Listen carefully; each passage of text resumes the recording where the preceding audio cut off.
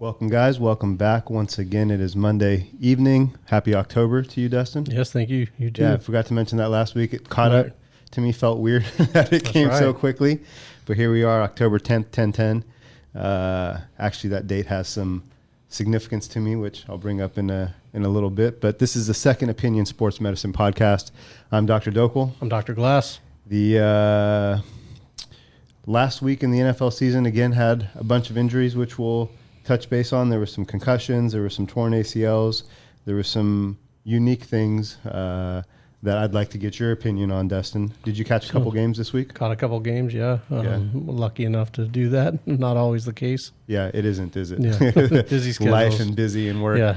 I had an unusually busy day today. Tell me about your last week since last Monday. Any interesting cases, patient-wise, or anything chaotic or cool? Well, yeah, I mean, there's always something. That's one thing cool about our job is that every time somebody walks through the door, it's a different case, right? It's not, a lot of times it seems like, it'd just be the same thing, neck, back, whatever. But with what we do with more orthopedic type stuff, there's always something different. But today was kind of interesting. 10/10, we'll talk about significance of that, but today is World Mental Health Day too. So, nice. Which is I didn't know that. Yeah, so I didn't know if that's where you were going, but it sounds like you have another story with that. But and one of my patients came in today, and kind of on that tone, he law enforcement, young guy. On the force, but dealing with some anxiety issues and stuff, and knows that I talk a lot about the mental health side of things, and kind of asked me some questions about some physical ailments he was having, and asked if there's any kind of correlation between the mental side and the physical side, and which for me that's a big part of my practice. As we all know, there's the mental side, the chemical side, which is the diet, and then the physical side, and you need all three together. Yep, you need all three in balance. They're not always going to be equal, so you need to balance it out with the other two. So if one thing's off, if you're depressed or having some issues, then you better get your diet right, and you better get the physical part right. If you're injured, you better mentally be ready, and you better eat well, right? It's so tough. That kind of thing. It's tough for some patients, and I encourage them to push through it, because there is this uphill part of the journey at the beginning where if you don't feel good, you don't feel like going and being physical.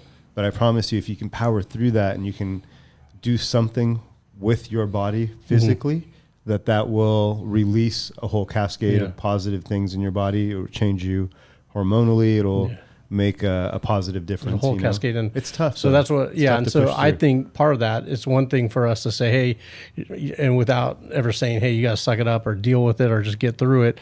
I think part of knowing that there's that connection, and I don't know if you've ever read the book Healing Back Pain, the Mind-Body Connection by Dr. Sorno. I don't think I've read that. It's a really good book. I pass it on to a lot of my patients. It's an easy read, but it really does talk about the mind-body connection between pain and how, and this is what I was kind of talking to my patient about, how there absolutely is this thing that happens with our mind, our body, our brain rather deal with a physical ailment than an emotional component. So if we're dealing with any kind of anxiety, and it could be a good stress or a bad stress, it doesn't even have to be just all negative. Everybody thinks of stress as only negative, but there's good stressors too. Getting ready to go on a trip, getting ready for a game, planning a wedding. Those are exactly. How many times have you seen a patient come in planning for a big event that should be exciting, a wedding, a trip to Hawaii or whatever, and all of a sudden their back goes out and they did nothing, right? Yeah. And that's a perfect example of the brain says, man, I don't want to deal with these butterflies, so I'm going to come up with, boom, back pain. That's what you're going to deal with. As soon as they're on that plane, they feel fine, right? As soon as the wedding starts happening, feel fine, no problem. And that just goes to show how, that's just an example of this.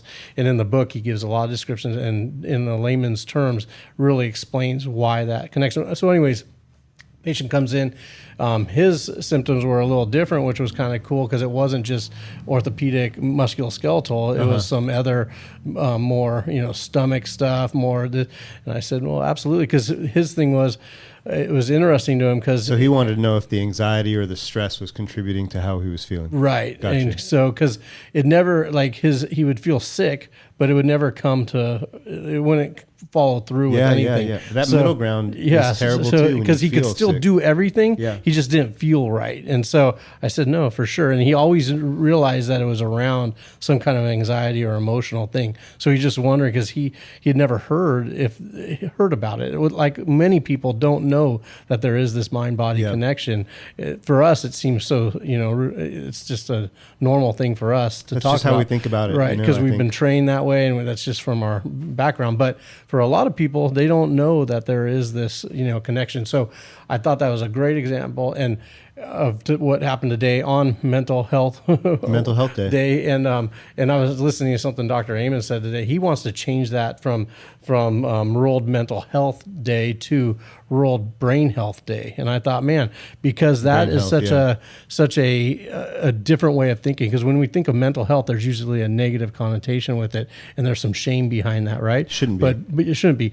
But there is, and he's thinking, well, hey, why don't we change it to Brain Health Day, right? Yeah. Because let's just talk about keeping our brains healthy, keeping them, sound. Absolutely. So I thought, man, that's a good little twist. Leave it to a psychologist. No, that's so important. To just put it on that little. We always talk about perspective, right? Yep. So that's super important, and I think, I hope they make that. I don't know what the hoops you got to jump through to do that, but that would be good. So that was something that came through the door today on World Mental Health Day, World Brain Day, and I thought that was kind of a great thing for me to bring up today and just remind people that there definitely is a mind-body connection. And to your point, I think educating people on that, and once you have that recognition and can realize, okay, and what I was telling my patient, it's one thing to know that there's that connection, but have a plan. So when that starts happening, what are you going to do with it? Like, let's go down that road for just a second, because I have a neighbor that's had some life stuff go on, and she's developed some serious back pain. She actually came into the office today to get some body work. And, I brought up to her, like, hey, I know you're going through some things, and have you thought about that contributing to this? And she goes, why would that matter? Like, I said, well, it's stressful, this, and this. And so she took a deep breath and was like, oh,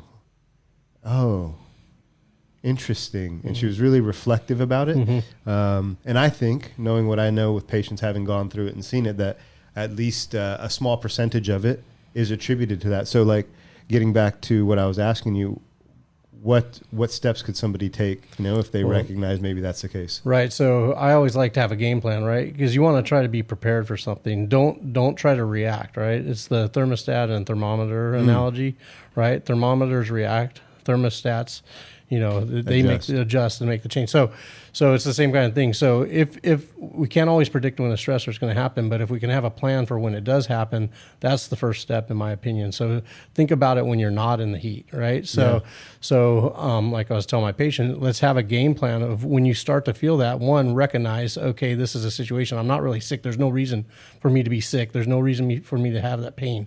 Like when somebody comes into my office, the first thing when I've been working with them, and this goes along with the same thing as the stressors, but I ask them, have you had any injury? Have you had any slips, falls, injury, any trauma or infection? If the answer is no, then we know it's probably musculoskeletal or mechanical in nature. So let's bring the stress levels down and stop worrying that something bad happened. Right. So right there, let's eliminate that. Big things. So right there, so that's our plan, right? So as soon as you start feeling or reflecting on something and feeling your blood pressure go up, your knees going weak, or whatever it is, headaches coming on, start going through the thing, and so that's first step, recognizing, and then two, have a game plan.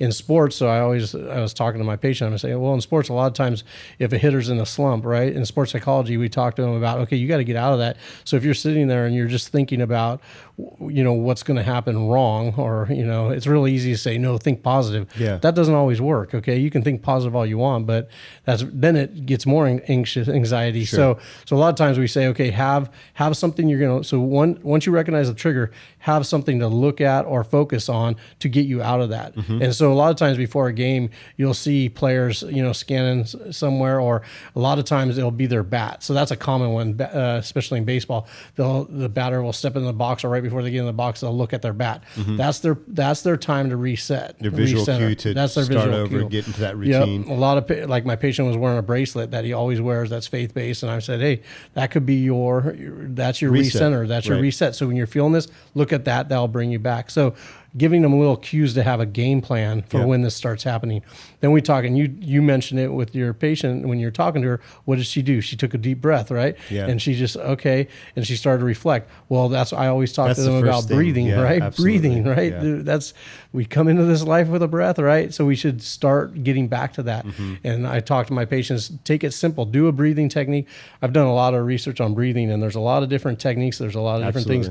So I've kind of honed down. I'm trying to keep it simple for patients. It really doesn't matter as long as you're breathing, getting oxygen in, but one simple one I've taught them is a 4-6-8 count. So 4 seconds in, real slow through your nose, and it's a 4-second count. So it's 1,000, 2, 1,000. Now in the beginning, I just tell them, just do it 1, 2, 3, 4. Who cares?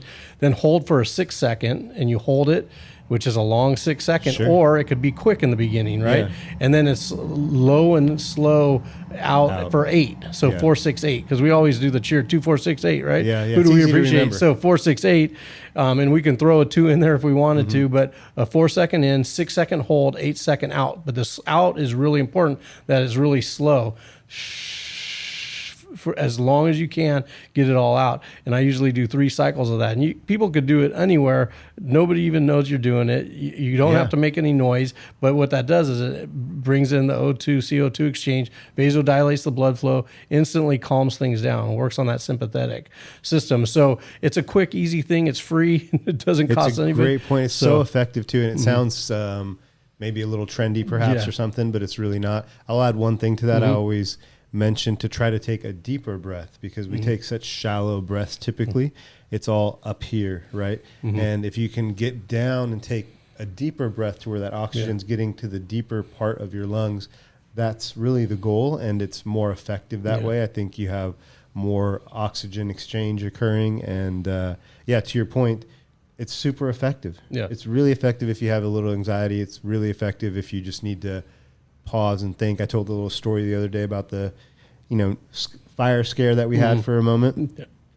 And I knew I had to think, and I knew I didn't have much time, and that's exactly what I did. I think I might have mentioned it even. I was like, I paused, took a breath, reset, and was like, let me think. No different than in the huddle, no different than, in an emergency situation, which we've both come upon in everyday life when a patient's health is at jeopardy, right? So at those points in times, you have to think clearly, and breathing is one of the ways that I help dial in my focus. And it is, like you said, kind of trendy right now. So a lot of people, as soon as they hear that, okay, I know I need to breathe, there's breathing apps, whatever, they've heard it, right?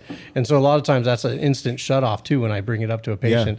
And I say, I don't care what you do, just make some kind of habit out of it. And I also tell them, don't stress about trying to de-stress either. If it makes you more anxious trying to breathe, figure out something that doesn't make you anxious. Something that's calming, that's relaxing. I'm just giving you an example so you can have something to work on.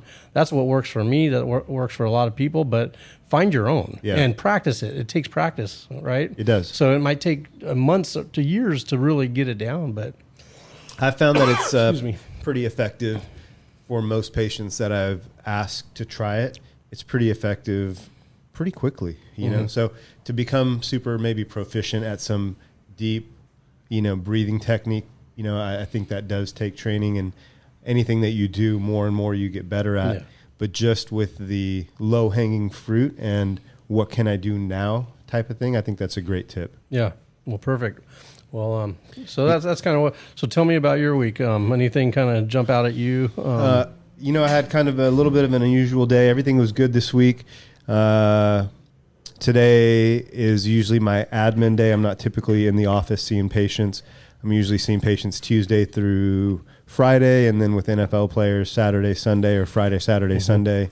Sometimes Monday, like today, was an unusual day where, how being a concierge doc, you might wake up to some texts and stuff. So I came into the office for a little bit, had some things to do, handled that, and I saw 3 different NFL players from 3 different teams in 3 different cities today.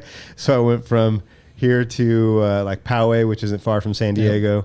Had a little pit stop for an athlete who is out for the season. He's from a team out of state, and saw him, and then went to LA to see somebody who's on a California team. Knocked out that treatment, And then on the way back, stopped in Carlsbad to see someone who's a free agent looking to get picked up, and did a little work there. All 3 treatments were different in nature. You know, one needed some taping, which I wanted to ask you a question about taping actually. And the other 2 needed some different things. And so for me, those types of days are really fun. It's what I kind of prefer to do. I love being in the office as well. I like it when people can come here versus me having to go places. But it's both fun. I just, had some time in the car to reflect, and a few things jumped out. One, Monday nights are quickly becoming a highlight of the week for me. I think I mentioned that earlier too. I like to see Steven. I like to see Manny. I love to see you, and love to hang out here and just talk about some stuff, things that I think about during the week. It's nice to have these conversations, and I know you're busy. I'm pretty busy. The fellows are busy as well, who help us behind the scenes put this together. And so a lot of the times I might text you or send you like a little IG, video clip or something along those lines. But I also kind of like that we, Jay-Z one take this, we come in here, sit down. I might ask you like, hey, I'm going to talk to you about this or something. Right. But that's only kind of recently. We've just been kind of sitting down and doing the dang thing. And I like it that way, to be honest. It's not out of lack of preparation, because I think about this podcast every day of the week. I'm cognizant of what's happening in the league, and I think about my patient cases and how that might be interesting to people who listen. But I like that it's a free flow, and maybe we have 3 things to talk about or 5 things, and maybe we only get to 1. I'm okay with that. And so anyways, I was having some reflective time and was grateful for this particular time of the week, and just to be able to do what we do, to have build our careers to this point, to have more of the experience and the knowledge base to help more people, even more so than treating professional athletes, although I get a lot of joy out of trying to help somebody be their best on the field, or if somebody's injured or off the field, to get them back onto the field. That brings a particular amount of satisfaction to be a part of that, I never think like, oh, I'm the man. I'm the one who did that, But to be a part of that, I mean, that's special, you know. And so I enjoy that, and that's been that was kind of my day. So I was all over the place, and I was thinking about I got to be back here by a certain time, because I don't want you guys waiting, and I want to be fresh and prepared, and so I like to have about a half hour to kind of segment my day. So I had part 1, part 2, part 3, part 4. This is part 4. Yep. And it's cool. I'm glad that we're doing it. And along those lines, last week was our 5th episode. We talked about committing to 50 episodes and seeing if we love it or just like it. And so far I'm loving it, and I can't see that changing, but who knows? Yep. Maybe things change, but as of yet, I still love doing this, and I look forward to it. And so if you take a football analogy, and we're committed to 50 episodes, we're 5 deep, we got 10% of that correct. It's almost like getting a first down in football. We move the ball, move the chains, and got the momentum going. Yeah, it feels good, going. So that's cool. And along the lines of the date 10/10, I realized when you said that earlier, 10/10/2015, I happened to meet my wife at my cousin's wedding. And so I got to remember that when I get home before she mentions it to me, you know.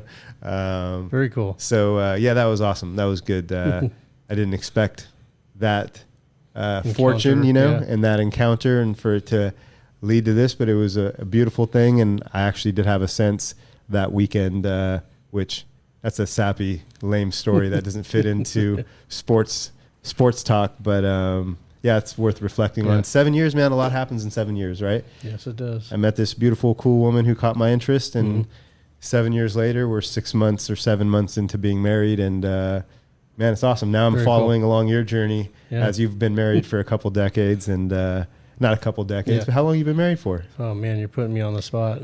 Well, I know I went to your wedding when we were in school, so years. I think it is. We has just been a couple decades. Yep. Yeah, dude, I remember that day. I remember that day. 3-day wedding. Yes, sir. That was awesome.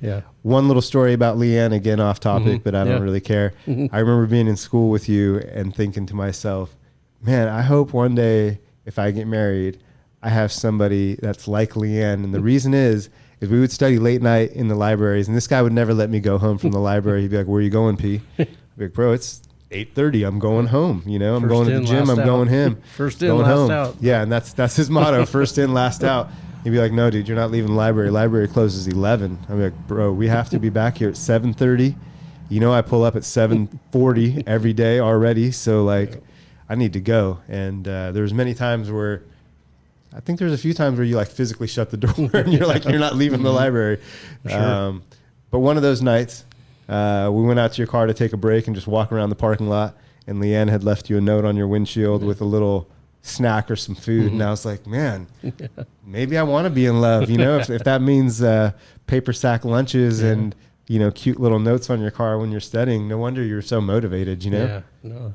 Very special person, for sure. Yeah. Well, no, you tell her I remember that. I will, know? no. Yeah, that's... she better be listening to this podcast. You know, honestly, right? Yeah. Well, no, she is. I have a feeling that, you know, it's oftentimes strangers who tune in and support your stuff over people, you know, friends and family, although we have a lot of support from friends and family. And friends and family hear it all the time. Right. They're living it with us, right? And that's part of it. So yeah, some of this is probably out. Extra. Been there, done that for them. You know, so they're preaching the same stuff they're always yapping about. These you know? guys. But well, let's get back on. You started to talk about Rocktape. So you had because we've used it for years. It's been around since 2009. I mean, it's nothing new, right? Kinesio tape's been around even longer. Kinesio taping. I remember when I first learned kinesio taping, we used to get all the kinesio tape from Japan still, and even in the package, it was all Japanese writing. Dr. Case was the guy that everybody learned about and knew about. And I remember, like OG taping classes, we would go and learn. It was an actual art and technique. Yeah, it was actually an art and technique and to it, and it was really cool. It was kind of something special, and it was in, I forget which Olympics it was, but everybody will remember it because it was the Olympics where the tape was everywhere. It's almost like the Michael Phelps cupping moment where taping had its moment. Taping has its moment, and in learning about, because back in the day, only healthcare providers were doing the taping, people in sports med, people. And so if you saw somebody walking around town, it was kind of cool because you knew that was probably your tape job. Back in the day, that's how unique it was. And I remember going to events and stuff and seeing... people would always ask, what is that? Yep, exactly. And I remember the Olympics, and I heard, and I don't know if the rumor's true, but Kinesio Tape donated 50,000 rolls to the Olympics, and it was great mark. Oh yeah, and so every athlete was plastering it on them, and so everybody, and then they came back, and then they started to mainstream it, and then KT got in then eventually, you know, Rocktape, and one of our classmates, I don't know if you remember, Steve. Yep. So Steve became the medical director there for education. Shout out to Steve at Rocktape, because one time, not too long ago, I reached out to him inquiring about some products that Rocktape has, and I think I was just asking. I wasn't even asking like, "Hey, can you send me something?" Because I don't think I realized that he was higher up in Rocktape. I just thought maybe he worked there, perhaps. You know, you kind of lose touch with classmates sometimes, and I found him on Instagram, started following him because his content is educational and also funny at the same time. But he sent me some rock blades, which I use almost with all my NFL treatments, and I wouldn't have thought to have purchased it, but he was like, "Hey, try these out. Let me know what you think." And now I use a lot of those types of tools. But I ask you about Rocktape because I know there's Kinesio tape, there's Rocktape, there's all sorts of different types of taping. And I used it today for a patient, a client of mine who plays in the NFL. His the reason for taping, he's post-surgery. He had an injury that's putting him out for the rest of the year. And so while it's still within the first week of his surgery, he was like, "Hey, what can I do?" You know? And so we were talking about managing pain. We were talking about different types of things. And one of the things that I went and helped him with was putting on some Rocktape in particular. And so I prefer Rocktape over Kinesio tape just because of the adhesiveness. I like to cut my strips and have them in certain ways that I've learned to kind of, you know, manipulate or use the tape. I know it comes in pre-cut strips as well. I didn't know if you had a preference, but I wanted to talk about how I use this tape and why it's effective. I like that patients can buy the tape at their local CVS or you know, wherever, online even, from their websites, obviously, and can have a level of sports medicine at home. You know, they can do a little bit of therapy, and I think it even comes with a little pamphlet that shows you. I know you can go on YouTube and watch some videos that we've made, other people have put out as well. But I always like to show a patient, like, hey, this is how I like to do it. This is how I apply it with the stretch, and then give them the power to do that on their own if they have a reoccurring injury, which I also sprained my ankle this week. And when you ask me how, I don't know. I think that's what happens when you're in your 40s, I guess. You just end up with a sprained ankle somehow. And it was tender, and I taped my own ankle up. And even though we use it all the time, I was like a little bit still surprised because it was so effective and it helped. Yeah. It took the edge off. It helped me like 30%, you know, just by taping it. So those are my questions. What do you have a preference? Yeah. And how do you use it? And then I just wanted to give a little brief description. So taping's big in my practice. And I try to try all different brands, especially the ones that patients can go out either online or get, at the local store, like you said. So I try to try those. I've been fortunate back in the day. I did a lot of events. I was the medical coordinator for the wellness tents for the events and stuff. So nice. we would get donations of tape and from different companies. And Rocktape for me has been by far the one I continue to go to for the main purpose of the adhesive properties, the tensile stretch on it. I just feel like it's a superior product. Now, when you do the research like we do and really get down into the nitty gritty of how taping works, it really is a tactile thing. It really doesn't matter. All the brands will do basically the same job as far as the nervous system's concerned. So, I don't want people to, get too concerned about KTT, branding, kinesio tape. Right. TheraBand has their own tape. Sure. Rocktape, they've been really good to our profession. Steve's been unbelievable in the educational world, educating people. So I'm loyal to Rocktape, and I really appreciate Rocktape and refer out to it all the time. It basically serves three functions, and that's why I think post-surgery is huge, because after surgery, there's only so much you can do. Typically, the doctor says just go home and rest for a few days minimum, maybe a couple weeks. So athletes hate that. They don't want any downtime. So if you can do something for them, and the way kinesio tape works, it doesn't even. Back in the day, we used to think you needed a lot of stretch and tension on it, to either inhibit or facilitate an action. That's a great way of putting it. So, but more and more research, what I've learned from Steve and his crew, is that more and more it's really the tactile, it's the cueing. So basically it has three functions. One is cueing, meaning that it's going to send a signal to your brain to do something. Two, drops the inflammation and the swelling a little. And then three, helps with some discomfort or pain, depending on the problem. So the research has shown it does do those three things. I think the cueing part is the most important in my opinion, because basically we all know if we get an injury, like if we have a low back pain, and what happens is the brain will recognize that as an issue, and then it'll show up as pain. And then basically over time, matter of whatever time frame the brain's going to, do it. It can depend on the injury. That's why I'm not going into the details. But with time, the brain will say, okay, this is no longer as important. Let's start focusing on other things. So it loses the function at that site. Gotcha. Okay. So what the taping does is, like, if you put your hand on something that hurts, right, and put your arm on your back, or you put your hand on your back or your arm, it sometimes feels a little better. Right. So that's where the original thought was, man, what can I do to replicate that and have my patients leave? That's what Dr. Case wanted to do. When people ask all the time to just interject, I always describe it as, and I did to this player as well. I said, hey, he's like, what is this going to do? And is it going to inhibit or hurt? Because I just had surgery a few days ago. And I said, no, it's like a hug for your muscles. It's supportive.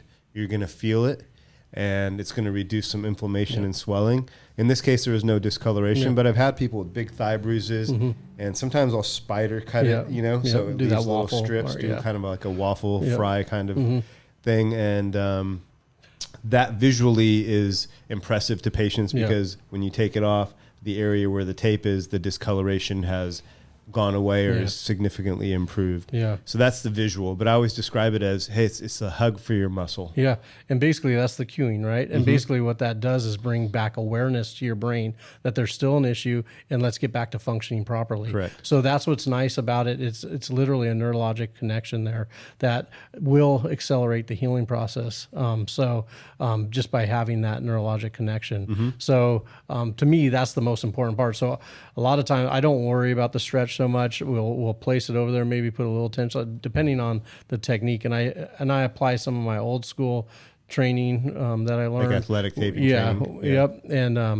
And so I'm a big fan for it that way. Plus, the patient leaves feeling like, okay, we did something today, and then it lasts 3 to 5 days. It's hypoallergenic. It's latex free. You shower especially with it. Rocktape. So it's really user friendly. Yeah, absolutely. It's waterproof, water resistant. And if you're seeing somebody once a week, like you said, it lasts 3 to 5 days.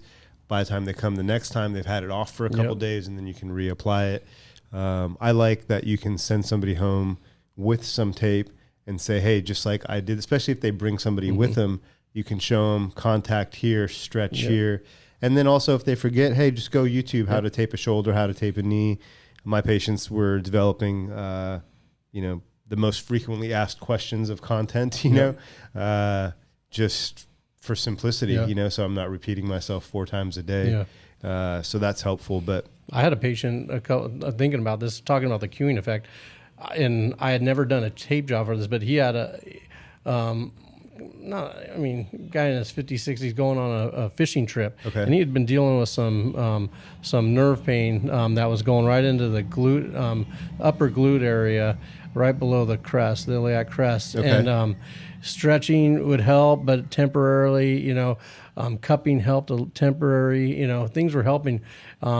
So I sent him with some tape and I said, listen, you're not going to be able to stretch it. You're not going to be able to do anything. Literally and I cut it in pre-cut things, told him put it in a baggie, literally just slap it on. Yeah. It's kind of like in case of emergency, Sure. break glass. In case of emergency, you have nothing to lose, everything gains. It's so user-friendly. You can't go wrong. Right. And it's going to send a signal. I felt good giving him something that I know, whether he feels like it's helping or not, I know it's sending a signal to the brain to take care of this as if he had his hand on it the whole time. Yeah. So it's just nice from a provider standpoint to be able to help people beyond the confines of our own facility. When you were just speaking on that, it makes me think of my dad who has a knee issue, and we're talking about how to mitigate and manage that. But that might be something in the meantime where I think I just need to Amazon him some Rocktape and have him do that, because it is supportive and it does help. And for, it's not solving the problem, but I really love things that aren't going to make things worse, right, but are probably most likely going to make things at least a little better. And for some people, significantly better, depending on what the condition is. Yeah, it's supportive in the fact that it's going to send a proprioceptive, meaning position sense awareness. It's not, and I tell my patients, it's not going to protect you. Right. You're still going to, when we put this on, it's not a protective, it's not athletic tape. It's not going to protect you. Yeah. It's not supportive in that way. It's supportive in that your body's going to reprogram, kind of saying, okay, this is the position you want me to be in, and that's how it's going to feel more secure. But it's almost like somebody telling you to sit up straight. Mm-hmm. Yeah, it's just a reminder. As opposed to somebody telling you, you feel it, and then you respond. Yep. And then eventually that becomes a habit. Yeah. When you bottom out or whatever the signal is you want to send. So, well, I use it almost every day, and I think it's a great supportive adjunct type of thing. Yeah. You can, as a chiropractor, people can come in, we can adjust them and send them on their way. And I think that's kind of a bare minimum. So I'm always either explaining this is why we're doing this, or giving them something to do, even if it's just one little thing like, hey, by the way, before you go, your back's tight, stretch those hamstrings. Yep. And this is the easiest way to do it, and here's a better way to do it. You think you'll do that between now and next time? And I've been blessed with a memory to where if somebody comes back, I'm like, hey, I know I told you that. Right. Did you use that band? Keep it real with me. If you didn't, I'm not mad at you. Yeah. But if you did, tell me if it helped. Did it do something, right? Right. And then we refine and try to go from there. Yeah, good stuff. When did you most recently use any sort of taping? What was it for? Let's see. Well, the glute I just used for an ACL injury. They haven't had surgery yet. Wanted to get the pressure off the knee. So there's a old school knee technique that I like using. That basically, it looks just like when you're done with it. Because we've all seen the one where it does the Y over the knee. Correct, and yeah. I used to do that a lot on top and bottom. This one literally forms around the patella and lifts the patella up. And when you extend your knee, it actually wrinkles the kneecap. And it's basically like wearing a knee brace without the neoprene part, just the patella, circle. Part. Yeah. Gotcha. So, and patients, it really does take the pressure off. So I did that tape job. Let's see. Did a tricep too last week. Did a tricep strain. That was pretty cool. We did it the first day. I did it in a direction of actually the anconius crossing the joint and got some good relief. So I thought, man, okay, well, I did a bursa technique for the tricep bursa, and it looked good. It was a good tape job. Next day, a patient came in, and it at 2:00 in the morning was just burning, achy. Oh, really? And just lit them up. And it's like, I don't see that happen all the time. Yeah. Very rare. What do you think happened there? I don't know. I don't think it honestly was the tape because it's so benign, but I never say never. Sure. Obviously there was and the interesting thing, never has had a reaction to tape. The tape reacted to his skin. So there was something the body definitely didn't want it on there. So we didn't do that again. But yeah, that was interesting. Yep. Yeah. And I think people need to know that things happen. Patient wasn't mad or anything. It's just it's one of those things. Well, if it doesn't feel good, take it off. Yep, exactly. Does it feel better with it off? Yep. Okay, let's leave it off. Right. So yeah, so that was glad you brought that up because I want people to know that things, it's not a perfect science, but we listen to the body. So that's the main thing. Yep. I think I always ask patients if they feel like they're in tune with their body. Some people say no. Like, what do you mean by that? And some people say, oh, no, I notice every little kind of tweak or nuance. And if they're not, I ask them to start to notice things. How do you feel when you're driving? How do you feel when you're sitting? How do you feel when you're working? And just start to recognize those things because I'm going to ask you when you come in. And some sort of thoughtful response is helpful. Have some awareness. Start taking ownership in your body. Yeah, it's important. It's not something that we're taught to recognize, right? Or to correct typically. On the flip side, we're taught to ignore it a lot of times. Absolutely. Just work through it. Don't worry about it. It'll go away on its own. I mean, weekly, I won't say daily, but weekly I have patients who come in who've never been to a chiropractor before. And so I think of that as an important time because that is that patient's first experience at a chiropractor's office. And I want to, one, make sure that they leave feeling better, but two, that they understand what we do as a profession. And, I explained to them, look, there's a lot of variance in everything. There's variance in football players, good, bad, and really, in between. There's variance in police officers and lawyers and in doctors and chiropractors. And so I explained to them, hey, myself, this is what I'm trying to accomplish. And it's an opportunity with new patients to explain what we do and hopefully have them leave feeling a little bit better. Yes. It's I forgot where I was going with that exactly, but if it comes back to me, I'll circle around to it. Well, this weekend, speaking of the NFL, we had a few different significant injuries and some different injuries. Last week we talked about J.J. Watt and his heart issue. I had a few patients ask me about that this week, if I had seen that and what my thoughts were on it.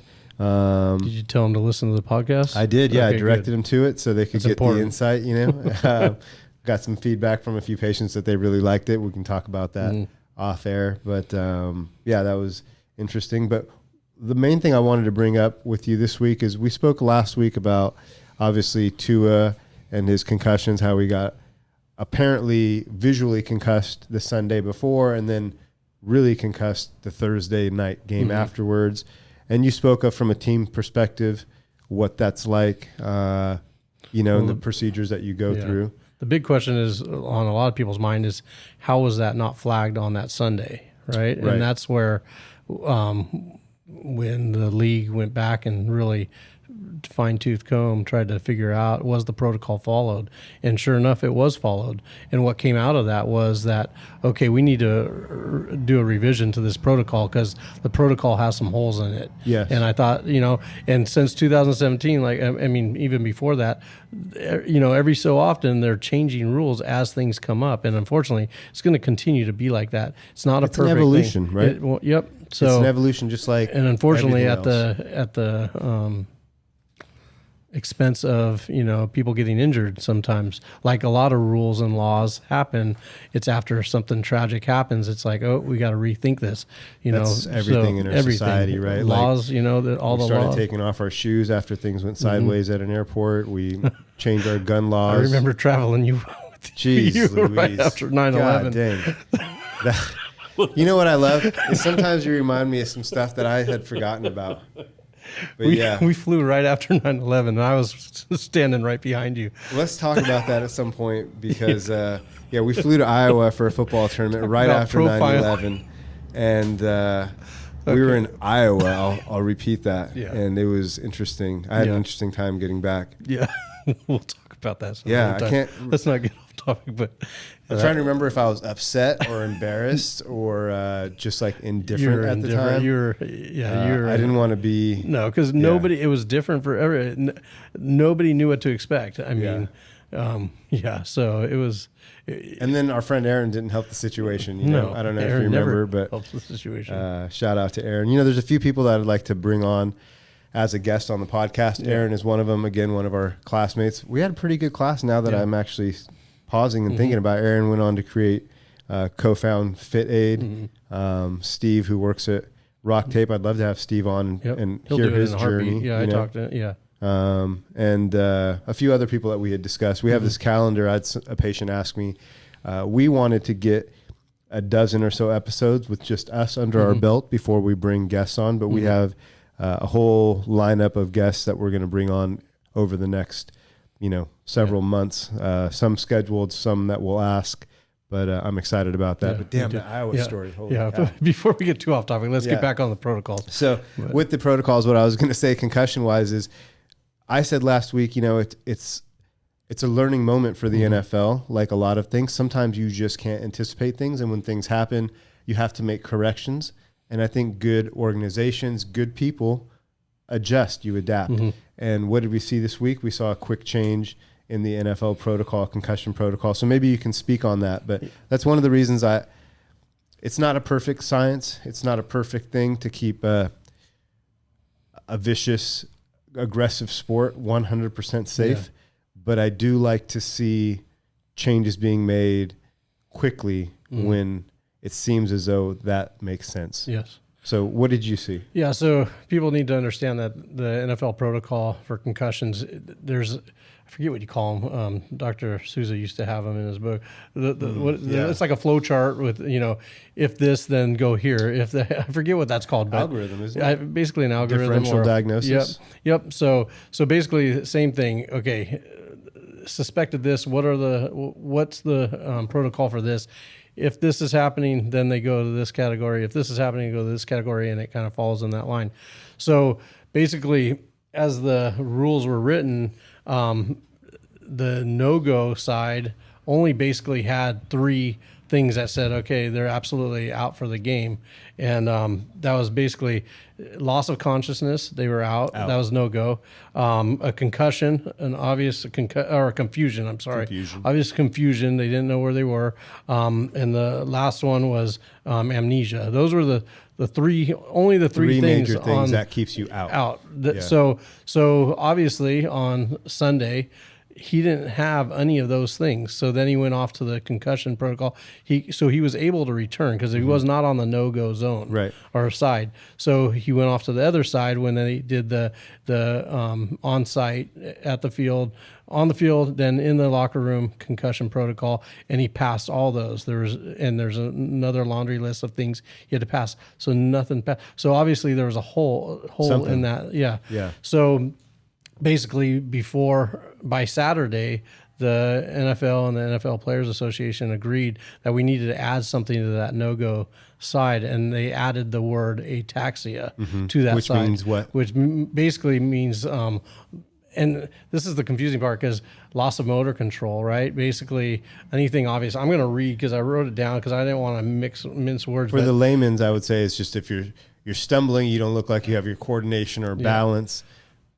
What doesn't pass the eye test? Doesn't pass the eye test and that's what we saw, Yes. right, on Sunday. But that right? wasn't on the no-go list. That was not on the within the. It was fine. Within the thing. So they defined it as the abnormality of balance, stability, motor coordination, or dysfunctional speech caused by a neurologic issue. Okay. So it has to be determined that it was caused by a neurologic issue. Now, prior to that was basically loss of motor control was on the protocol list as being a concussion, but it wasn't on the no-go zone. Yes. So, and the original protocol also said had to be due to a neurologic issue. Well, at the game, it was determined that it was not due to a neurologic issue. Yes. That's how he was allowed to continue to play. And there's a distinction there. There's an important distinction there. And what I want people to realize is that a week ago that didn't exist, right, and a week later now it does. Yeah. Right. And so that's how quickly things can happen in the NFL with the NFL Players Association. It's not like that in all sports. Right. Sometimes you wait till the end of the year. This was a pressing concern. It's something that they might have seen several times throughout the year. Yeah. There is actually something else that I've seen in the last few weeks that I could see them modifying maybe at the end of the year, and that's in the quarterback takedown. This last week you saw Tom Brady, who was sacked. You know, he is the goat and the golden child. Yeah. You got to protect the face of the league and the 7-time Super Bowl winner. I understand that. But he got thrown down in what looked like a normal sack, and they called that roughing the passer, I believe is what the call was. And so I could see, we were talking about last week how like a defensive player says, hey, where can I hit? Yeah. I can't hit at the knees. I can't, spear with my helmet. I can't hit a defenseless receiver. And now they may add to it. This is just my own speculation, my own kind of guess, is that they may add, when you sack a quarterback, if you do like a whirly bird, if you spin around and throw them down, that might be even too aggressive, because what you're seeing is a whipping effect. Yeah. And sometimes, this weekend we saw a quarterback get kind of thrown down like that. He didn't hit his head. Seemingly he got a concussion, and then the Tua one, of course, he smacked his head, and that was aggressive. Basically the same spin move. One hit his head, one didn't, but one got penalized, one didn't. That was the Tom Brady. But my problem with that, having played just like you, I was on one side, you were on the other side. You were the quarterback, so it's going so fast. Okay, so there's different variables. So for that rule, if we do put that rule in, no spin. There's too many variables. It's not a stationary tackling dummy for these defensive linemen or linebackers or safeties coming in and blitzing to tackle a stationary thing where you can lower your shoulder and get the perfect waist hit. And look, not all quarterbacks are my physique, right? They are 6'5", 220, so they're trying to break those tackles. Yeah, and they're spinning. If you just say, hey, I'm going to hit you, and all you can do is hit and that's it, and hope the guy falls down, that's not going to cut it. No, and it's not going to happen. So the other variable is the quarterback's trying to avoid being hit by that 300-pounder, right?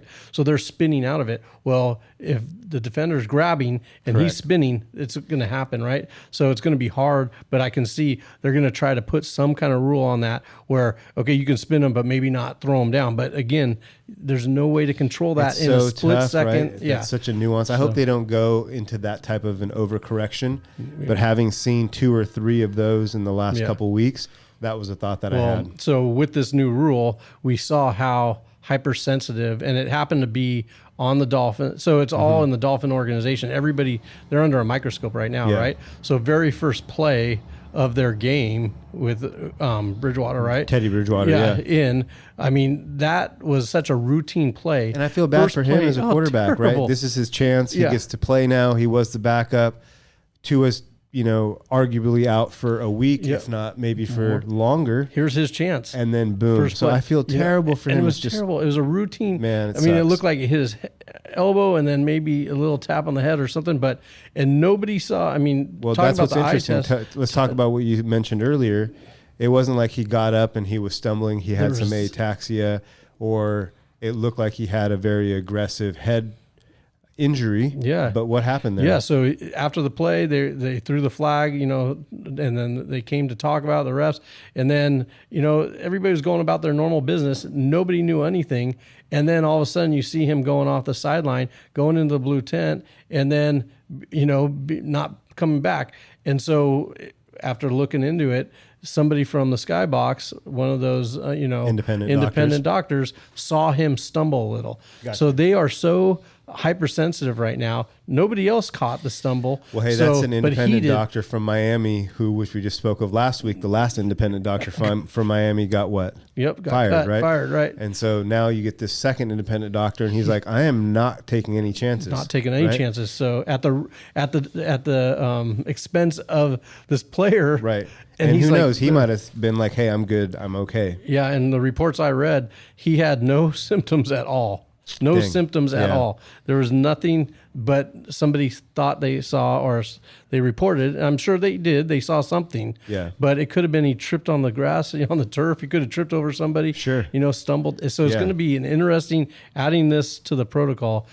It's going to be interesting to see how they throw in an appendix or an asterisk to it, because a lot of these independent guys are going to be super nervous in the box to hit that button. Well, it's all high profile players too. We're talking about quarterbacks, receivers, running backs are most likely going to be the ones who are looked at after they have had contact made from the defense. And so if you extrapolate into the playoffs, you lose a Travis Kelce. Right now we're watching the Raiders and the Chiefs on the background. Fourth quarter, Chiefs are up 24-20. The Raiders are trying to Raider. And, they almost scored a touchdown, but not quite. So, but it's going to affect. You're going to pretty soon. We're going to have 3 or 4 positions deep, right? Well, especially just at those imagine higher, if that makes a difference in a meaningful game. Yeah. Where they say, hey, we want to err on the side of caution, and a player goes out. That post-game press conference is going to be. So I hope that doesn't happen. Yeah. I'm in favor of the rule change. You can't be on both sides where you're like, they're not doing enough. Right. And then they implement a rule, and then we complain about. I'm just very nervous for the league itself. Yeah. And it's going to be. All these games are so close, right? They come down to a play. This is their livelihood. This is how these guys make their money. Yeah. This is how they make their living. This is how they feed their family, right? So now you're leaving it, to somebody to make that judgment call. It's going to be tough. So it is tough, but I think it's for the positive. Yeah. I just think we have to iron it out, and hopefully, it doesn't turn into what we're kind of speculating, to where people are just pushing that button. Okay, wobble, wobble, wobble, and people are having to come out. Yeah, because now, if you see a wobble or that's an indicator. It's a no-go. They're out. They're out of the game. So it's not almost like the I see a wobble, hit have them in come college. talk to the doc and see if it truly was a wobble. It's an auto. No, it's an auto. Yeah. So that's powerful. rough. Yeah, that's powerful. Gosh. Those independent guys have a lot of power. So it's almost like, okay, you're going to have 3 guys that have to agree before that button. Honestly, I know that's they have maybe what it multiple should be. guys Yeah. watching in different places and but they're going to have to come to agreement. Make it a 2 out of 3 or something. Blindly, like. That's a lot of pressure. Yeah. I wouldn't want all that pressure myself, to be totally honest. Yeah. Talk about the stress. clear-cut ones are easy, right? Yeah. Like that guy got knocked. Yeah. That guy just got tackled. Those are the easy ones. Yeah. But in every game, there's probably 10%, of 10 snaps where you could go one way or the other. Let's talk about some of those obvious ones. Sure. This week,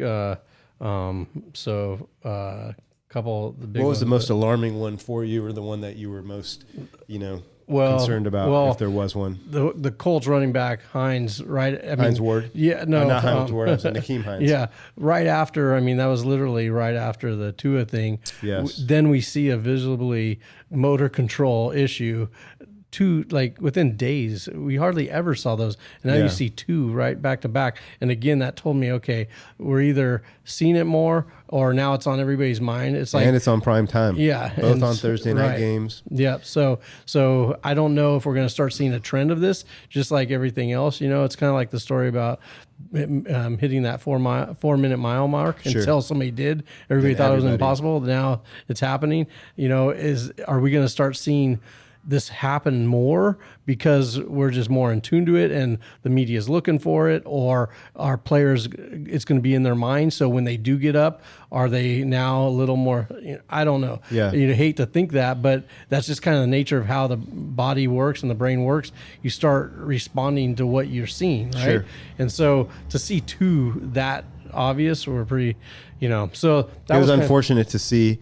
It probably happens weekly, but it's just highlighted, like I said, primetime game, extra cameras, notable players. And so, it's unfortunate. Hopefully there's not too much of that. Yeah.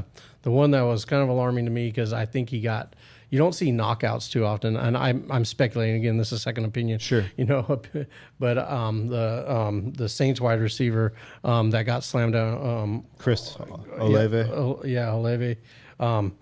Slammed in the end zone, and it looked to me, Olave, I believe it is. Hopefully we don't butcher anybody's name too bad, but for a guy with the name of Paul Wendokel, I should really get everyone's name perfect, But he looked like he got knocked out to me. I mean, the way to me, it looked like he caught it. It was a touchdown, but then the way his reaction, right? It just went limp, and then he laid there for a split second, and then he kind of, that's not a normal response just to getting your bell rung, right? To have your arms go like that, because you can get your bell rung and still have that motor control and stuff. And, correct. Yeah. But he just looked like it just lights out for a second. So that was probably one of the more alarming ones, especially the way when and everything in slow motion looks worse. So worse. So you can see his head just get crunched. So that was another. The Bridgewater was the weirdest one to me, because it's like, I feel bad for that guy. It does not look like it. Just unfortunate, right? So those are the three that hopefully he'll be back this week after clearing protocol. Yeah, hopefully, because he cleared it at the game. So hopefully those were the three kind of weird ones to me. One of the ones we really haven't talked about on this podcast was we've talked a little about tibia, the fibula, and stuff, but we really haven't gone into broken legs, and we had a couple of those this week. So significant injury. You break your leg, that is no joke, right? Yeah, different than if you fracture a wrist, different than if you even break an arm. Yeah, I feel like as far as level of difficulty in managing life, a broken leg it's terrible. Yeah. Well, let's talk about. And if you're an athlete, it has repercussions. Yeah. Right? Well, and the significance, they're all significant, right? For both these players that I kind of saw happen this week, that came across the Broncos left tackle, Garrett. Yeah. Bowles. Yeah. Left tackle, very important. He says they're always significant, but when you lose your starting left tackle, that's a big deal, especially for the team. Quarterback and the team. And that left tackle is protecting his blind side. So at one point they were even touted as the second highest paid player behind the quarterback as far as a position. So that's how important this position is. So for a team standpoint, makes a big difference, right? You shift your whole line, maybe move your right tackle to your left tackle position, just so you secure that. You got to protect that blind quarterback. side, So that was significant. And then the Seattle running back, San Diego State's finest, Rashard Penny. Yeah. So So he fractured his tibia, which is, why don't you go into the anatomy of that? So the tibia, below the knee, the shin bone commonly called, I think we spoke of it a couple weeks ago, where the tibia is the larger of the two bones below your knee. It's, what you feel, what surrounds when people say they have shin splints. Yep. It's the anterior tibialis muscle that surrounds the tibia, anterior tibialis, and that inflammation causes shin splints. Anyways, it's the larger front bone. The fibula is the outer, smaller bone. That, to me, is more like a stick that attaches to the side. Yeah. And the tibia is the larger support bone of your lower leg below the knee that connects with the talus in the ankle. On the inside. On the inside, right. And so Look, if you break your tibia, you've had some major trauma to that bone. That's a very strong bone. It's usually like an impact, in my experience, type of contact injury. But I've also seen some spiral fractures. There's different types of fractures, which we can talk about. At one point in time, I was teaching x-ray seminars, and so I went into all the nuances of all the x-rays, the positionings. But there's different types of fractures, right? There's fractures where the bone just breaks, like a hairline fracture, barely. There's fractures that are significant where the bone breaks and it breaks the skin, open fractures, compound fractures. And then there's fractures where maybe the bone shears because of a twisting motion. So you might see like someone's foot get caught in the turf as they get spun around, and that twisting between the foot being planted and the upper body getting twisted can cause like a spiral fracture. So without getting too nerdy, there's different types of breaks that happen. I think I don't that's know what important. type of break Richard had, but depending on the type of break, that affects your recovery, your healing, and how you're going to come back. Right, and and like you said, we're not exactly sure the location, high, low. We don't even know with bulls. I'm suspecting it wasn't a femur. That'd be pretty big. That'd be an obvious one. But just talking about bone fractures in general, I kind of wanted to give the audience there's 4 basic phases of the healing process with that. Let's talk about that. That's important. I think it's important because people just think, broken bone, it just kind of mends with time. Well, you kind of got to understand the phases and why it takes some time. And it takes about 6 to 8 weeks to heal a bone. Okay? On average, depending on age and nutrition and a bunch of other factors. And location. And but the first phase, right when the break happens, and depending on the break, but in general, depending on how the break happens, you get basically a hematoma, which is blood coming outside the blood vessel, surrounding that fracture. And so, which is bringing in all the good nutrients to start healing the area, all the substance, the inflammatory reactions to start healing property. So not all inflammation is bad. At this phase, this is a good thing. Absolutely. We want the inflammation and we want the blood pulling around there. And then basically, and then after that phase, you go into like what they call a soft callus phase, or the soft phase, where the tissue is getting a little harder, but it's still pliable and mending, more like a pasty, gluey substance. It's more like a cartilage type thing. And then it goes into the more bony callus, where it's still not fully healed, but it's hardening. A little more solid. Yep, a little more solid. And that's still visible. When they x-ray, you can still see that it's healing. It's still fuzzy. It's not solid yet, but it's more of that, like I said, bony callus. And then the last phase is that bone hardening phase, where they would say, okay, the bone is healed at that phase. So, each phase, it takes time. It takes time. Right. Elementary sometimes, maybe too much, but I always like to have people understand and get a visual. And so the visual I use, or the analogy I use for that, is like clay hardening. Most people can visualize clay. It's soft, it's mushy, it's barely holding its form. Then it has a middle stage where it's hardened, but it's not totally hard. You can still mess up its shape or damage it. And then finally it's cured and it's hard. And bone is kind of the same way. So I use a clay analogy where it takes time, and you can almost visualize, there's phases to that. It just doesn't happen right away. And that's why a lot of times, especially with a leg fracture, typically they'll put you in a full leg cast in the beginning, because they don't want any excess movement, because during that first softer phase, we don't want any movement. You want it still. Exactly. So for the first, so talking about rehab, we're casted, and we want to start healing right away. Well, that's a frustrating period for athletes, because they really can't do anything. So what we talk about, that bone is living tissue. There's a blood supply there. So you mentioned it a minute ago, nutrition. Let's start, making sure we drop the sugar content, increase the water, and start feeding that good nutrients. And there's all kinds of good nutrients to start feeding that, to accelerate that healing from inside out. When you can't do anything, control what you can control. And that's one of the things we talk about. So that's where the breathing comes in. That's where the water, decrease the sugar, increase certain nutrients is to help with that. You brought up something before we started recording. When I walked in, we had a few minutes, and I was discussing a client case, a player case, who just had surgery last week, like less than a week ago. And my comment to you was, the doctor told him, the orthopedic told him, hey, just rest like you had spoken of. And I was explaining, hey, there's actually a couple things that we can do, which is why we taped this individual to give him a little bit of support so he wasn't in so much discomfort, but also to reduce a little bit of the inflammation. And then my plan with him is to use something called the Beamer unit with him. You mentioned hyperbarics as well. And then you also brought up a personal case where your dad recently had surgery. If you don't mind touching on the things that you did early, because that's the type of protocol, I think that's the value that people who think like us bring to our clients or to our patients, because you can sit and wait for that 2 or 3 weeks, or during that 2 or 3 weeks, you can actually start making some headway. Right.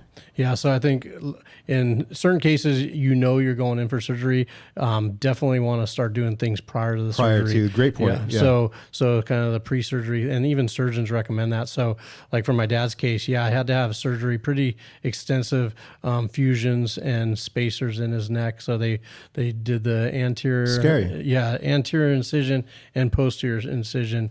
Pretty usually that's a pretty extensive surgery. Yeah. So he's got all kinds of hardware in his neck now, but we got him started right away on the hyperbarics, the Beamer, the PMF, LED and infrared. Got him going on that, and then got his nutrition really dialed in. That's all non-invasive and all positive. Yep, all positive for the body. The body receives it very well. And then as soon as day one, as soon as he got out and could actually get in the chamber, and we modified it, got him in there. But even before, there was like 2 days he couldn't get in there physically to lay down with the neck brace and everything. So, but we had him on the PMF right away, pulse electromagnetic field. That's the Beamer unit that I mentioned. Yep, and we use low, and the Beamer unit's different. There's all kinds out there, but that's a low frequency unit, which is more simulating like what the Earth's electromagnetic field is. So it helps for people that don't know, vasodilation, right? Correct. So I'm sorry, microcirculation. So it does do vasodilation though at a very micro level. So there's very little risk of any problem, and we can complications use it. with it. Yeah. So getting them started on that to deliver blood flow and oxygen to those tissues that have been compromised right away. Yep. That can be done right away, even with the hardware in there. So we got them started on that, and then the hyperbarics as soon as possible. But and then as soon as we could, we started doing soft tissue around the area, getting blood flow. I was delivering blood flow. We were doing certain nutrients, delivering them with transdermal creams and gels to deliver more nutrients in there. Things that a lot of people don't know is an option. But all that stuff makes such a big difference, man. I wish everyone who went through in fact, when I had my ACL surgery, I was trying to do some stuff on my own. It was a little bit too sensitive, and it's hard to kind of manipulate your own self, but those things make a difference. And for me, if you have surgery, especially if you had neck surgery or some sort of procedure in that area, it's very, very important that you don't lose that range of motion. Right. And so the longer you wait to start PT, the harder it is, in my opinion. And you can get in with the taping. You can start doing hyperbaric. You can use the Beamer mat. You can start to do some soft tissue to increase and accelerate that healing. Yeah, the biggest gently, thing, correctly. Yep, and do what you can. Inflammation leads to instability and loss of function. So if we're trying to restore function, inflammation leads to instability, which leads to loss of function. So the biggest thing is that we want to drop. If we want to restore function, then the first thing we got to do is drop that inflammation, regardless of what we do. So that's why, let's work backwards. We got our main goal is to restore function. What can we do today to start dropping inflammation? Yeah. And that's increasing water and decreasing sugar. That's one thing everybody can control, because you have control what you're putting, down your. So that's one thing I talked to him about, and then we start working on these other things that are non-invasive right away. Those are things we can do and so the better outcome. So as soon as we can start moving, we don't have to worry about dropping the inflammation. We just accelerated by 2 to 3 weeks care. So right. Yep. So that's what. Yeah. No, I think that's great. I'm glad that your dad's feeling better. He's lucky to have you with some of that insight. Well, it goes back to this bone healing stuff we were talking about, like, because they drilled into the bone, they, move things around. So we got to start healing the bone from inside out. Yeah. So getting back to these leg things, they've been casted. They can start moving their leg while in the cast. So week 1 and 2, they're moving the hip around. They can still move the hip around. Yeah. That's not. You can use a beamer unit through a cast, which is going to help accelerate the healing of the bone. Yep. I've even used like an ARP wave or some electro kind of stem to stimulate the muscle around it to keep that, to reduce the atrophy, keep the strength up. Yep. So for these athletes too, coming off that week 2, 3, they're going to be on crutches. Okay. So that's kind of that. A lot of people don't realize being on crutches is a phase 2 of care. Absolutely. So so when people see that they're doing that, no, that's actually a good thing. You're moving forward. You're actually moving forward, and that's actually a phase. So I wanted people to kind of hear that it's not just they're kind of dogging it or on the sideline on crutches. No, they're actually doing stuff because, that's the next phase of now starting to weight bear, in the third phase, and then usually by week 4 and 6, they're actually going to take off that full cast and put on a below the knee cast for any kind of lower leg. So or walking boot or whatever. So that's going to be week 4 to week 6, right? So people got to hear this, that, these athletes at this phase are still just allowing that bone to heal. Right. And then, after 6 to 12 weeks, they're really going to start making some changes, at around week 8, they're going to start. And also, healed isn't the same as totally strong. Right. You can have something that's healed that's not 110% as strong as it's going to be months down the road from when it's quote unquote healed. Right. And so in that gray area is where I worry most about my professional athletes. It's like, okay, you cleared protocol, you cleared the orthopedic and the head trainer's checklist. Me as like a personal doc for them. They ask my opinion on it, and I say, okay, for me, you've met the things that I would say 2 thumbs up. If you feel good, I feel good about you feeling good, and let's go. But also there's that gray area of like, I know there's a higher incidence of reoccurrence in this period of time, whether it's a concussion or whether it's, a muscle pull. Right. I feel better about somebody returning after a muscle pull 4 weeks afterwards, not the first week, right. Because I don't care how much you simulate what you do. It's different game speed. It's different in the game. It's different when someone's hitting you or you're trying to break a tackle. It's just different. Yeah. That's why when you play Thanksgiving Day football, you're sore for a week. Right. Even if you're a runner and you run 3 miles a day, you play that Thanksgiving Day football, you're sore in different areas.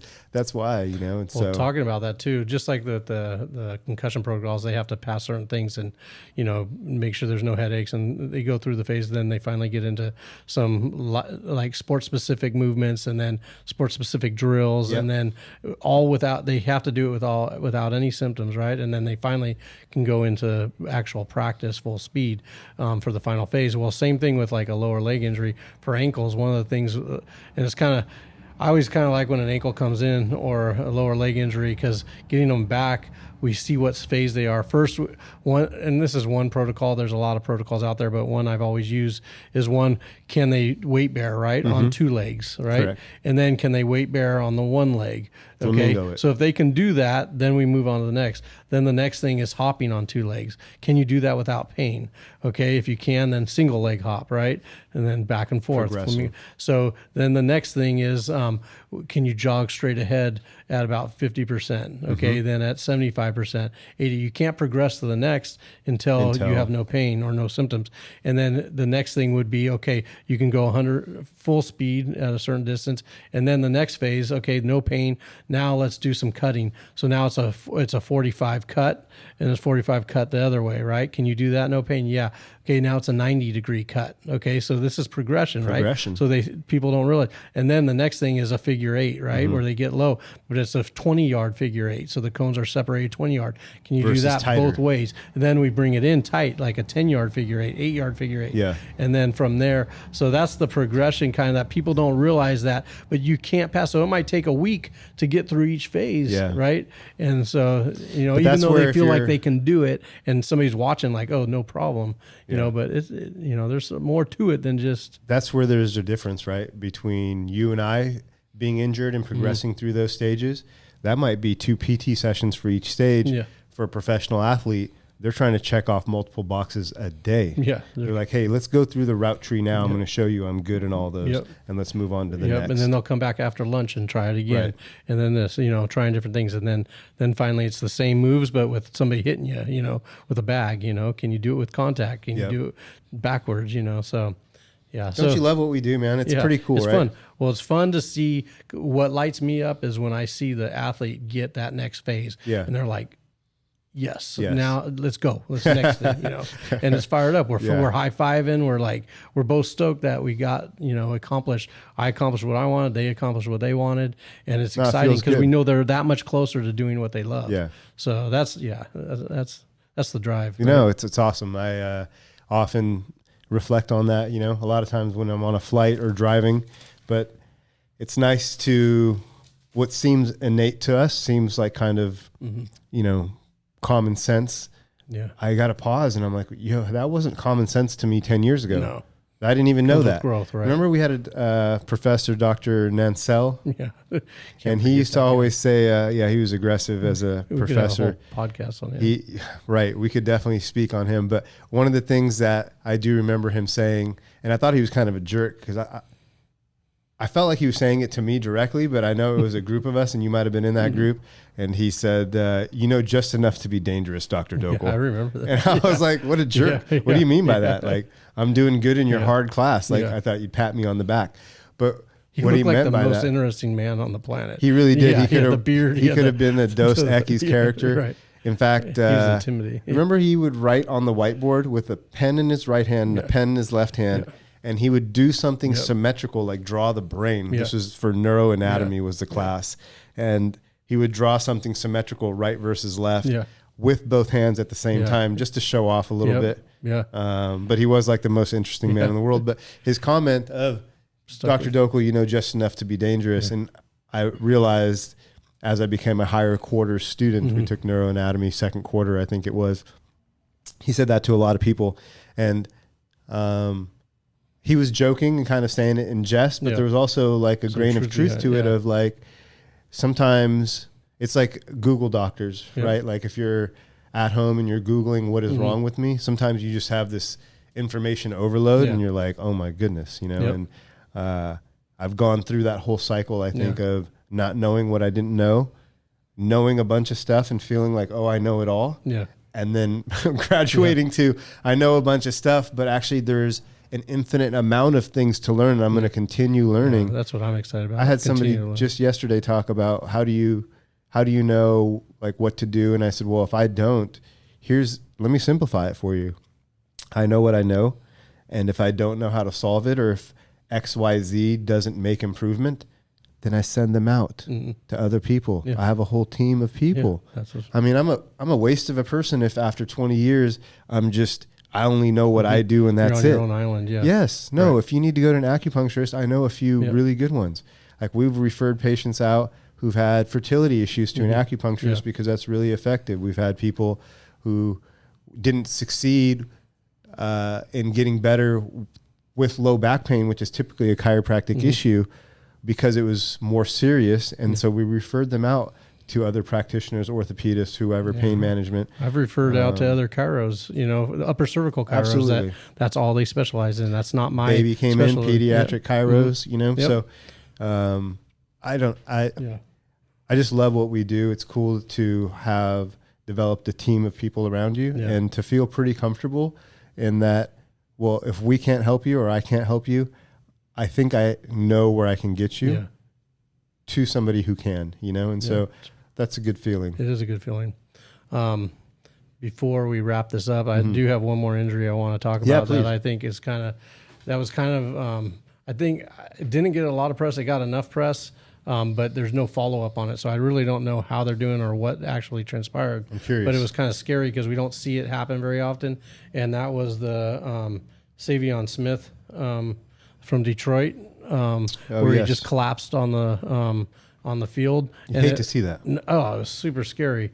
I've seen it a couple times live in my career, being a field doc, and it's super scary because you don't know when it happens. You don't know what's going on. What was your first thought when you see it? Because I always have a first thought when I see something instinctually. Well, the way he went down, I was worried that it was heart related. To be honest, that was my first knee jerk reaction. Just the way. And then I dissected the video, which there wasn't too many angles, or any angles, but after looking at it. And the news reported today, because what happened for people that didn't see it, he went. So it was a routine receiver coming out. You go ahead and explain it because you're better at explaining. The I don't know if I'm better at explaining it, but I'll break it down. I'm a lineman, so I'm going to butcher. You're going to use that excuse? Yeah, 100%. Well, it was the defensive back for Detroit. He had, interestingly enough, speculation at first. They reported it as a leg injury, which is a little bit irritating to me because don't report something if you don't know it. Just say you don't know. And they even said appeared to be. Don't do that. But. So it was a neck injury, actually, is what they ended up reporting. He ended up being taken out on a spine board, which you never want to see. It's serious. Right. And, even more unique, they brought what looked like a family member, maybe perhaps his dad, out of the stands. Yeah, so the whole team was there. Yeah, the whole thing kind of just transpired. So the play was, the receiver came off the line and he just went to check him a little, a routine, just a bump and run. Yep, a little bump and run that did not. It was nothing. It was within that 5 yards, right off the ball, and it wasn't even hard contact. Didn't even look like his head was down or anything. It didn't look like it was head-to-head contact. Right? Nothing. And then the next thing, the receiver goes off, ends up catching it, I think scoring, and DB went down. So looking at the video, what I'm second opinion, right? Mm-hmm. We're trying to and I'm not saying this is what he had because I don't want to, throw out anything that we don't know about. But if anything, I'm guessing it might have been a stinger or a burner. Okay, it kind of did look like it was more shoulder than it was head, right? And you get that stretch in that thoracic outlet. So that's what a stinger or a burner is basically when the shoulder gets depressed and the head goes to the opposite side. And what happens is you have a plexus or a grouping of nerves that come out of the neck and go down all the way down the arm. And those nerves, which is interesting with that plexus, they get woven between the collarbone and the first rib. So they get sandwiched between two bones.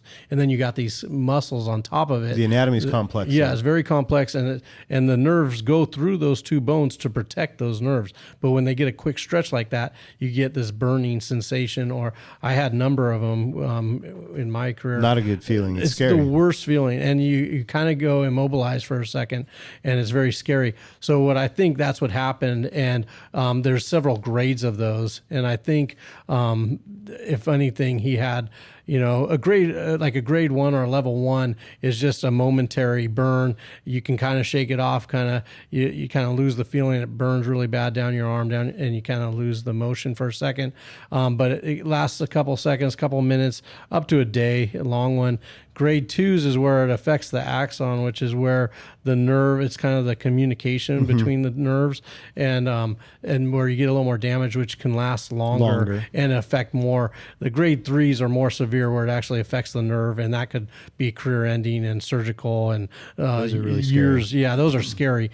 So if anything, I would, the way it looked, there's a possibility it could have been that grade 2 where it shut things down, right? That for happens, a split right. second, and it's scary. And so you're laying there thinking the worst, not knowing what's going on. Everything goes numb, perhaps. You lose sensation or feeling. Because those nerves affect motor and sensory of that arm. And so, that's why, they spine boarded him, got the ambulance. In my opinion, again, we have no knowledge of the case. But it's good to talk it out, though, because it gives people who are listening, or other athletes who've had stingers, perhaps, an understanding of what's going on there. Yeah, because they might say, "Oh, I've had great." A lot of people don't realize there's several levels to it, and so and it's scary. And depending on how severe it is, that he might have not been having feeling, and that's why Dad or whoever came down, got in the ambulance, rushed him off. But the reports were that I saw, the latest was that he checked out, got cleared, everything was okay, and was hoping to fly back. Good. So that's good news. Thankfully. So that's why I kind of feel, because you don't just lay there for, like that. You don't do the spine board like that. You don't do that unless there's some nerve, or you're afraid to move the spine and take for all the precautions, any kind of fracture. Right? Yeah. So it'll be interesting, just to see, what transpires. But I'm glad to hear that he's doing good. Those are no fun. That's serious stuff, especially when you see stoppage of play and bringing some family members from the stands. Yeah. You're just praying that it's nothing that is permanent. Yeah, my best friend in high school, he just stud of an athlete.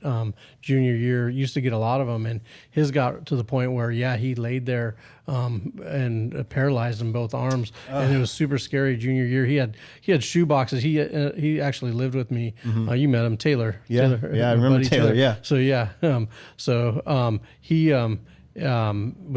had shoe boxes of letters from colleges all over the country wanting him. Yeah. Just a stud athlete. And unfortunately, his junior year got cut short because stingers, but on top of that had some other, spinal issues. That, I don't want to get into too much detail now that I mentioned his name, but I'm it's sure okay. Sure he wouldn't mind. But so I want people to know that it doesn't have to be just because you hear stinger. It could be other spinal things that are associated with it too that they might find too. So, a whole host of things. There's a whole range of severity to a lot of these injuries, and so sometimes people might say, well, like you brought up the other day, concussion, and then you're like, well, maybe we need another term besides concussion. Maybe it needs to be what specifically did you say? You were talking about traumatic brain injury, TBIs, right? So people might be like, well, I've had a concussion, that wasn't bad. But if you say you've had some traumatic brain injury due to a concussion, defines it differently. It gives you it just feels different when somebody says it. Yep. And I think there should be some nuances in that whole realm of a concussion, or if you're talking about a stinger, there's grades to it, from mild to moderate to significant. So anybody that does have stingers or has gotten stingers, there's a little recovery time that comes with that. Just like anything, you got to get the inflammation off that nerve. And then we usually start with supine, laying down, range of motion with the neck, flexion, extension, side to side, all supine, take gravity out of it. Then you sit up, do the progression. Again, it's all progression, right? Progression, step by step. You can't move on to the next. And then then add gravity to it, move your neck back. Well, that's why you're a good doctor, because you're taking the steps, you're not skipping steps. And that's the one way that I can guarantee consistent progression is to not skip steps and to go step by step. I think that's important. Well, that way, if something's not working, you know what you can take a step back. Right. And So I wanted to mention one thing that I was going to mention after we got done recording, but I'll mention it now. There's actually two things on my mind. One, I wanted to get your opinion on something, but I had an athlete who was explaining a situation. We can talk more about it in depth at another episode because I think it's worthy of talking. But since the podcast name is Second Opinion, every year, if you're an NFL athlete or a professional athlete, you have a physical. We spoke on that at the beginning of the season, at the end of the season. And this particular player he's now injured and is recovering, probably done for the year, had on several end of the year physicals something show up, and the team being they didn't make light of it, but they were aware of it, and they were like, this isn't a concern enough to have surgery at this point. It's just, let's be aware of this situation. And subsequently this year he got injured, got a second opinion. That other person, the third opinion even, said, hey, these things that were showing up on those end of the year physicals the last few years, if you would have asked me, I would have said, maybe get this dealt with, because if you don't, it could lead to what it eventually did lead to. And so it just made me think of what we talked about last week about the importance on, if you're a high level athlete, look, take the time, have your own person. I don't care if it's us or if it's somebody in your own state. If you can't find somebody, we might be able to help you. But most people have, their own person. And I think that's important for situations like this, you know, to get a second opinion on a surgery recommendation, but maybe even to get a second opinion on something that is developing that somebody says, hey, this isn't a big deal. Maybe somebody else thinks it's a big deal, you know? And so I wasn't privy to these MRIs year in, year out. Maybe I should have asked. And so that's something that I'm reflecting on.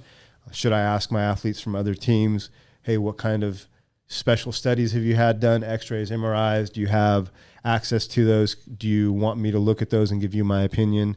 Because I would have liked to have caught that and given him my 2 cents, because it would have been along the same lines as this other doctor. So I had 2 mini thoughts on it. One is, I think we're doing a good job by allowing people to have a resource, and I think that's important. And then 2, I think it will evolve to where all professional athletes have their own person who is, you know, has their interests at heart. And not that the team doctors don't have their interests at heart. I don't mean to come off that way, but you know, if it was my health, I would get more than one opinion, you know? And so, yeah, I was a little bit frustrated in this particular situation, knowing that it happens year in, year out. When you're an athlete, you're trusting the team and what they say. And I think they always do have the best interest most of the time, almost always, you know? But it doesn't hurt to get, you know, another person's opinion who has a different perspective, who's outside of the day-to-day. That's kind of what I'm saying. What do you think? Yeah, I think there's going to be an evolution of that. I think we're going to see more and more of that because, you know, back in the day, there wasn't really the ownership in it. You know, it's just a business. And as these cases come out, especially with the head traumas and the and just the stories we're hearing of the aftermaths, I think a lot of these athletes in all the professions are going to start doing. And it's big money too. It's huge money. You lose a year, you lose a contract. Yeah. It's almost getting to generational wealth, right? Yeah. So I think we're going to see that be the case. I think it's really tough because, especially the younger guys, I think we see this more in the seasoned guys where they're reflecting on their careers and their injuries and doing a lot of the what ifs, you know, or did I do the right thing? Did I do what could I have done different? But when you're fresh coming in there, you're just stoked to be in there. Absolutely. And you're just trying to hold on for dear life, Make not the to be team. the next one cut, right? Yes, absolutely. Because we're all seeing on TikTok and all these, you know, Instagram, they're actually showing players getting cut now and what that looks like. Oh, man, and it's terrible. brutal. Yeah, but some take it well, some don't. Code's not working when they're trying to get in the front office. Yeah, it's brutal. Dude. So, but it is a business. So I think, as they're young, their energy's different. They're not thinking about injuries and stuff. And it's not until the maturity of the league, of them being in the league, changes their thought process right. Because when they're, you know, in college, but as soon as you start getting a series of injections just to play through the game, okay, that's one thing. But after the 5th year, 6th year, and you're getting regular injections, or you're getting, you know, taking the meds or whatever, it's adding up. But you don't think about it when you're there because you're just thinking about, man, I made it all these 18 years. How do I keep playing? Or however long it took me to get here. I'm finally here. I did set my goal. Now how long can I play and collect my check? And they're not in the moment. They're not thinking, unless they have a great mentor or, you know, a community telling them, hey, this is what you need to do from the get-go. Most of them, I don't think, are thinking that. I've been in there, like I said. I've seen how those they take their folder from one room to a room for the most part, and they're really not paying attention to what the docs are saying or telling them. So, and then by time they're just glad to get the day done, get the physical day done, and they're not hearing anything. And a lot of times the docs might not be telling them anything, right? So yeah, I think it's all in hindsight, right? Absolutely. I get a little bummed when I do hear people go for second and third opinions, and I have have a doc say something like, man, if you would have done it this way or that way, and planted it in their head, and now they have to start. That's not so it. For me, being a second opinion doc, we both get lots of second and third opinions. I always really work hard not to put anything in their head where they'll second guess. Right. No, you don't want to second guess. That's not fair, right? That's not it. So I'm not going to tell you what I thought should have been done. I'm going to tell you what I'm seeing right now presently. Correct. So I don't plant any seeds in your head. You can have those conversations. You can speculate and ask me those questions. If they come out and ask me those questions, then I'll tell them. But I also come full circle and say, hey, listen, with the information they had at that time. Yeah, at that time, I think they made the right call. Right. Because, you're healthy, you're young. It really didn't project as a problem. So I think they made the right call. That's how I typically approach it, unless I think it was a blatant, malpractice type thing, which I can't even think of anything. Right. But then I'll speak up on that. But for the most case, I don't want to put that in their heads, No, that's not. Because that's not fair. Especially when someone's injured, that's a very your mind is fertile then. So you can plant seeds of positivity and, good direction and good thought progression, or you can, dwell on the negative, and that's not where you want to be either. Right. You want to be in a good place. And I always think of okay, if somebody's taking their information from me and going and getting second, third opinions, how do I want those docs portraying me as well too? Absolutely. As a courtesy thing, right? Yeah. So I think we're all in this together, and I try to give my associates the same courtesy I would want. So I'm not going to, because if anything, it might get back to that dog. Oh, well, he Dr. said Glass this, said this or this. Yeah, right. It's like, man, so that's not my place. Yeah, right. So to kind of, I don't know if that answered your question or kind of goes against what you were saying, but when it comes full circle and I think about it, that's, when you were telling me that, my first instinct, oh man, I wish that guy wouldn't have said anything like that, not knowing the full story. Yeah. Well, each case is unique. Uh-huh. One last thing before we wrap up. I know it's getting a little bit late and you have a drive home, and I have one more appointment after this today still, but question for you. Yes, sir. A little off topic from the NFL stuff, but my question is, have you seen the new Netflix show Redeem Team yet? Funny you say that, because last night got home yesterday from visiting my daughter in Tennessee, and got home yesterday, finally got home in the evening, flipping through things, and I saw it, and I'd never saw the little thumbnail, the description, thumbnail on Netflix or whatever. I'm like, ooh, but we were already watching something as a family, me and the girls and my wife, and I'm like, okay, well, if they fall asleep, I'm watching. Well, I ended up falling asleep. So okay, you got tired and didn't watch it. So, and then sure enough, you texted me this morning. Gotcha. I'm like, oh man, I wish I would have seen it so we could have a talk on it. So but I hadn't seen your it. homework is to watch it this week, because I want to talk about it next week. Yeah, just briefly, I'd like to bring up one thing. I know you had a personal relationship with Kobe, and I saw something that made me want to ask you a question. And it was this clip where during the Olympics, Team USA was playing Spain, and Kobe and Pau Gasol were playing against each other on separate teams. Pau was with Spain, and Kobe, of course, with Team USA, like I said. And the previous two Olympics, Team USA didn't win the gold, and so Kobe was brought on as a leader to maybe be the missing piece. And the key clip that I saw that was unique, that was interesting to me, was he told LeBron and some other people on Team USA, hey, the first play, I know how they're going to run this play, and Powell's going to be the last screen, and I'm going to run through him, he said. And LeBron's like, you're not going to run through him. That's your teammate. You're not going to do that, And I don't want to ruin it. You're going to want to watch it. But it brought me chills. I didn't know him. You having a personal relationship with him, I was just wondering, when you watch it, what you're going to think. Because when that play happened, he ran smack into Powell. He fell on his back. And everyone on Team USA was like, oh, he means business. Yeah. He means business. And even Powell said, like, we might be friends, but right now we are competitors, and he's playing to win. Yeah. And they said that set the tone, Yeah. And so did you know him to be that fierce and everything?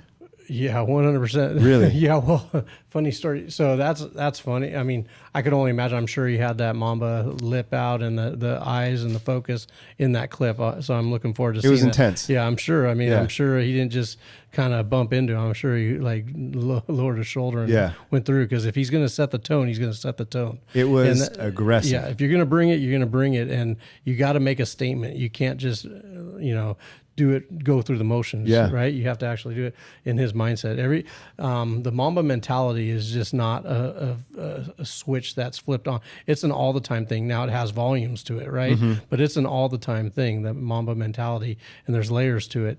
So that was just at a level 9, 10 at that point, because that's your buddy. I mean, that's, the godfather of their kid. Well, I know sometimes players have like an on the field persona, and then off the field you might say, well, that guy's super fierce, but he's the nicest guy off the field. And so that was my question when I saw that. I was like, is he that story intense? About competitiveness. So the yin and yang, one of the most kind and gentle and helping people, and but a personal story with that competitiveness. So when we were talking at one point, when he decided to do the Mamba FC, the soccer team, and started a team, we were talking, and my daughter and his daughter were both playing soccer, but your oldest, my Allie, my middle. So gotcha. Allie was playing soccer for a different club and decided she wanted. Anyways, he's like, "Oh well, I'm starting a team." I'm like, "Dude, you're not Snoop. Why are you starting? Why are you starting your own league?" Like Snoop was already doing that with Pop Warner, and so he's all, "No, I'm going to start it. I got a really awesome coach, Omar.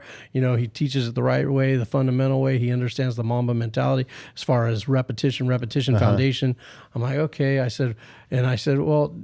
Cool. I said, I don't want to bring Allie out here driving to Newport and driving out here. Because soccer wasn't her first love, right?